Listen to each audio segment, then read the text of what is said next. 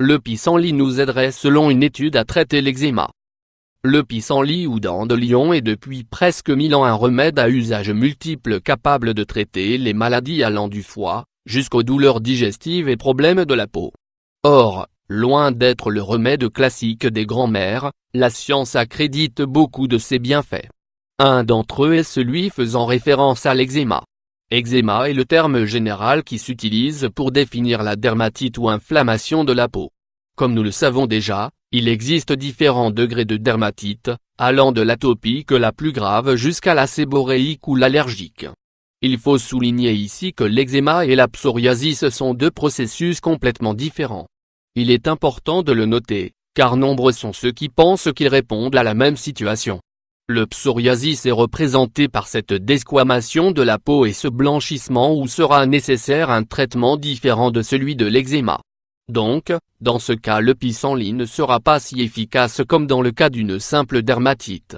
En particulier, et selon ce que nous explique une étude menée par le département de dermatologie de l'hôpital universitaire d'Odense, Danemark, le pissenlit nous aidera lorsque nous souffrirons d'eczéma dyshydrosique. Dans cet article, nous vous donnons toutes ces informations. Pissenlit, un purificateur naturel. Cette étude danoise à laquelle nous avons fait référence commence en 2010 avec un groupe de 20 personnes. Chacune d'entre elles souffrait ce genre d'eczéma caractérisé par l'apparition de cloques sur la peau qui provoquaient une désagréable brûlure. On leur administra pendant 4 semaines un jus concentré de pissenlit. Après quelques jours, les patients percevaient déjà des améliorations de leurs symptômes. Au terme d'un mois, les ampoules avaient disparu. L'action de cette plante médicinale se base sur les aspects suivants, le pissenlit et son action microbienne. La sève du pissenlit a toujours été utilisée comme traitement pour combattre les maladies de la peau. Qu'on l'utilise de façon topique ou bien qu'on la prenne en infusion, elle devient un traitement efficace grâce à son action antimicrobienne et antifongique. Ainsi, le pissenlit est un remède alcalin d'une grande efficacité pour dépurer l'organisme et pour soulager les troubles d'hormones qui dérivent en affection de la peau. L'effet antioxydant du pissenlit. L'action antioxydante de ce simple remède joue directement sur les cellules de la peau pour atténuer l'inflammation. Grâce à ses vitamines A, C, D et B, ainsi que le magnésium, le fer, le zinc et le calcium, nous parvenons à reconstruire ce tissu lésé où se développe la dermatite. Son action sur le foie bénéficie le soin de la peau. Quand notre foie ne filtre pas les toxines de façon adéquate, les effets se répercutent sur notre peau. Nous accumulons des liquides, apparaît plus d'acné, nous souffrons d'inflammation, de démangeaisons et notre teint de peau change même. Prendre une infusion de pissenlit de façon régulière apportera au foie un bon nombre d'antioxydants comme la vitamine C et la lutéoline.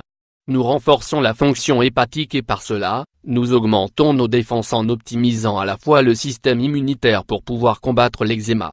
Comment consommer le pissenlit pour soulager les dermatites ou l'eczéma? De quoi avez-vous besoin? Un verre d'eau, une petite cuillère de pissenlit. 5G, préparation. Nous ferons la même chose que pour n'importe quelle infusion, nous mettrons de l'eau à bouillir et, une fois qu'elle commencera son ébullition, nous rajouterons cette petite cuillère de pissenlit.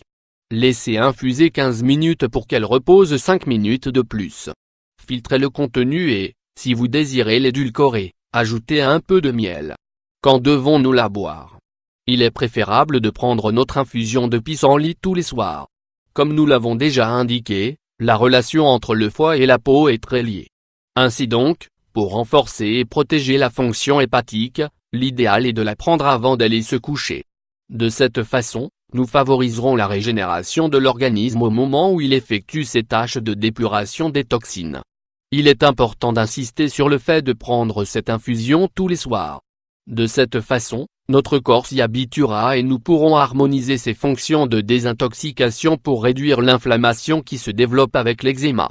Contre-indication du pissenlit. Il est important de rappeler qu'il ne sera pas recommandé de consommer du pissenlit dans les circonstances suivantes. Calcul dans la vésicule. Le pissenlit stimule la vésicule biliaire en augmentant la production de bile.